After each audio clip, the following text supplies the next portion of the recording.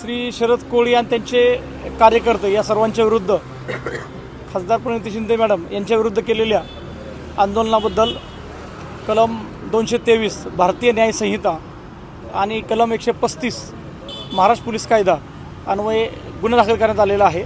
आणि त्याबद्दल माननीय सहाय्यक पोलीस आयुक्त विभाग 2 सर, माननीय DCP कबाडे सर आणि माननीय पोलीस आयुक्त राजकुमार सर यांच्या आदेशावरून तात्काळ त्यांना ताब्यात घेऊन प्रतिबंधात्मक कारवाई करण्याचे कठोर कारवाईचे आदेश वरिष्ठांनी दिलेले आहेत। काँग्रेस ही आक्रमक झाली आहे, त्यांच्या विरोधात आंदोलन करण्याच्या तयारीत आहे। पोलिसांचा मोठा बंदोबस्त शिवसेना सोलापुरातील शिवसेना भवन समोर लावला आहे। कशा पद्धतीचं हे वातावरण? खबरदारीचा प्रतिबंधात्मक उपाय म्हणून आम्ही बंदोबस्त लावण्यात आलेला आहे। किती कार्यकर्त्यांच्या विरोधात काल गुन्हा दाखल झाला? ते शरद कोळी, श्री खंदारे आणि इतर कार्यकर्ते ज्यांनी आंदोलन केलं त्या सर्वांचे शोध घेऊन त्यांना ताब्यात घेऊन त्यांच्यावर कडक कारवाई करण्यात येत आहे।